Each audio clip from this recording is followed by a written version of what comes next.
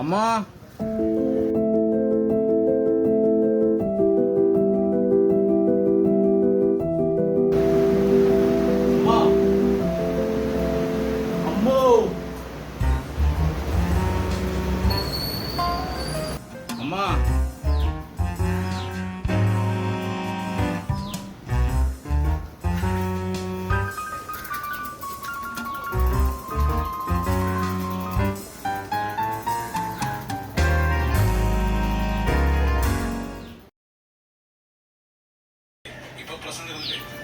ആരാ വിളിച്ചല്ലോ?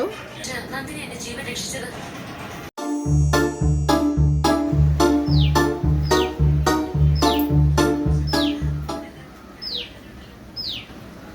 കാണുന്നില്ലല്ലോ.